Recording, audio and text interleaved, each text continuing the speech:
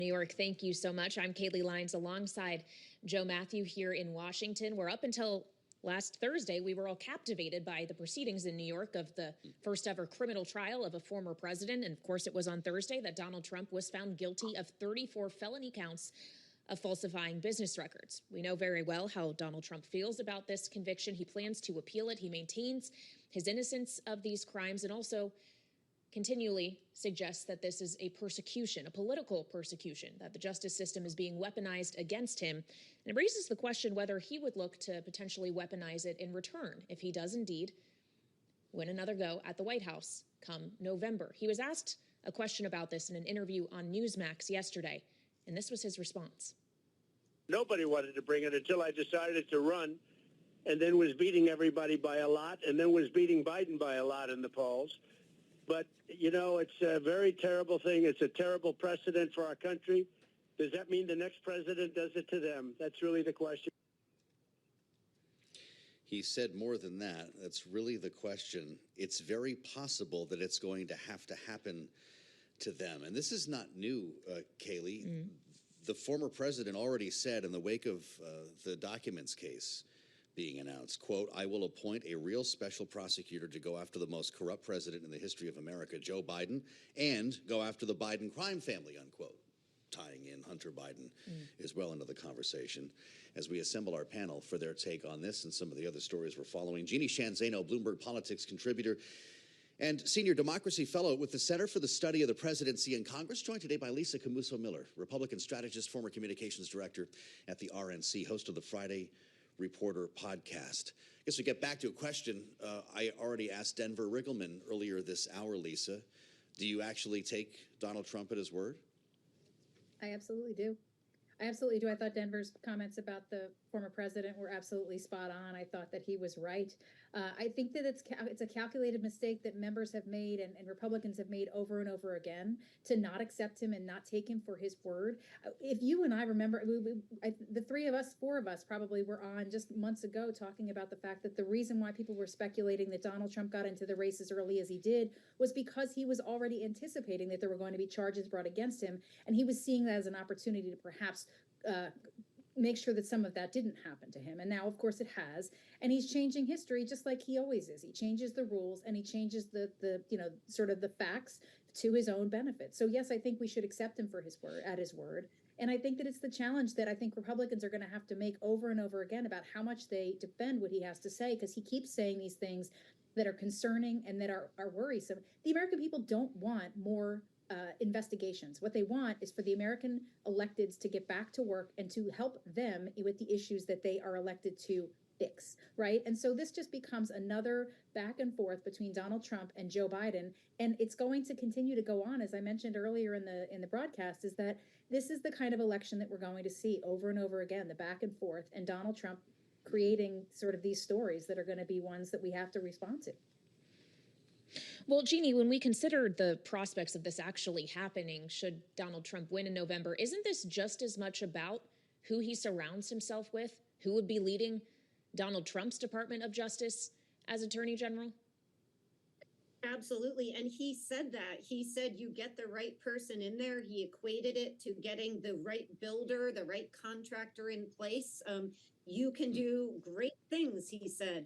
And so this is another one of those norms that Donald Trump has said that he will break if he goes back to the White House.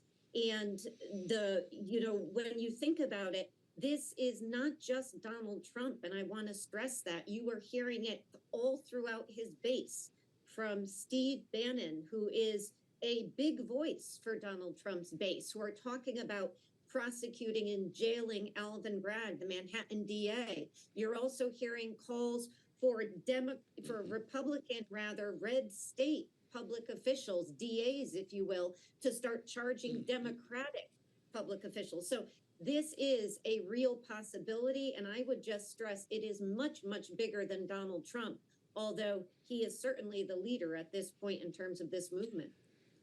Yeah, Jeannie, referring to comments from Steve Bannon, talking with Axios, Kaylee, pretty remarkable here, about Manhattan District Attorney Alvin Bragg. The quote, "Of course Bragg should be and will be jailed."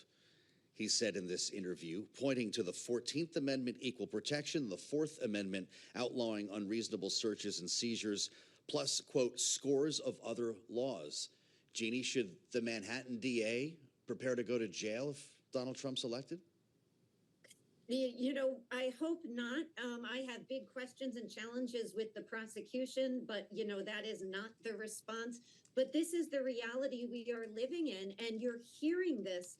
And the fact is, Steve Bannon has a big microphone, as do so many other people who are making these cases. I will just point to the head of the Federalists, for instance, who has made similarly really upsetting and frustrating comments. And so I think people have to think about this as they go to the ballot box and have a choice that many Americans aren't happy about between Biden and Trump. Well, and one of the reasons many Americans aren't happy about those choices is because the majority of them both think these candidates are simply too old. But that seems to be a problem much larger for Joe Biden, who is 81. And perhaps that problem exacerbated by reporting today in the Wall Street Journal, the headline reading, "Behind closed doors, Biden shows signs of slipping." Now, in the contents of the article, while they detail a number of meetings that happened at the White House, characterizations largely from Republicans about how those went down, it does say most of those who said Biden performed poorly were Republicans, though some Democrats said he showed his age in several of the exchanges. So, Lisa, we have to consider that there are caveats in this reporting. Even Nancy Pelosi, the Speaker Emeritus, suggested a number of Democrats spent time with the Wall Street Journal and did not have their views adequately expressed. But isn't this damaging nonetheless?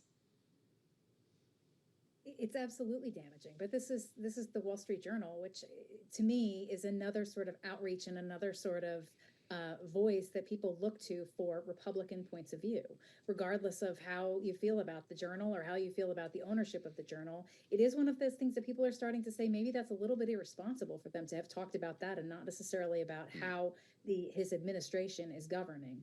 But there's other questions about all of this, right? I mean, we have to consider the fact that people are starting to think about either one of these candidates. I think the reality is that either one of these candidates stands a chance of not making it through the next 4 years. And that means we have to consider who is their vice president and who is underneath them and who is working with them in their cabinet. And those kinds of things are even unknown on the Republican side at this point. Well, it is interesting here, as the article notes itself, quote, most of those who said Biden performed poorly were Republicans, unquote. The White House, Jeannie, with a statement calling the claims, quote, false and politically motivated. But does it matter? Or is this welcome to the NFL? It's campaign season. You know, Yeah. I think that the Journal can be questioned for only quoting Republicans, sure. The White House and others are trying to spin this as a political hit job. But I would just suggest that you look at those two reporters, those two journalists. There is nothing about their past work that suggests a political hit job. Annie Linsky in particular, about both of them. And I have a lot of respect for both of them. The fact is that Wall Street Journal is not alone today. There is also a transcript out from a Time magazine interview the president did, which is raising big questions amongst people. And you can criticize the Biden team and Joe Biden for not being accessible to the press to the extent that they should, which is helping fuel these problems. So, you know, I am not sure. I think all of the Democratic pushback on this, I really raised questions about. Just yesterday, the House was talking about release the Her interview. Why not? I still don't understand why not release it. It suggests that it is that bad. So I think the White House is walking into this. I am not suggesting there's truth to the fact of what people are saying about Joe Biden, but please make yourself more accessible. It makes the debate much more important. Talk to the press. You are president of the United States. You've done very good things. And the American public deserve that because, quite frankly, you're in your 80s running for president and asking for another 4 years. So I just mostly want to say that those journalists have my respect. And this is something that I have a problem with, the attacks on the journalists in particular. Very well said. Jeannie Shanzano, thank you so much for joining us alongside Lisa Camuso Miller today, our wonderful political panel. Great to have both of you. And of course, Joe, we should point out, Jeannie's in New York. Lisa's from New Jersey. There's been a lot of news in that region today as Kathy Hochul pauses the congestion tax. That's right. They had the gantries already up there. Yeah. It was supposed to start June 30th. Now it's an indefinite wait. What are the chances this might be scheduled for after November, I wonder? It's an excellent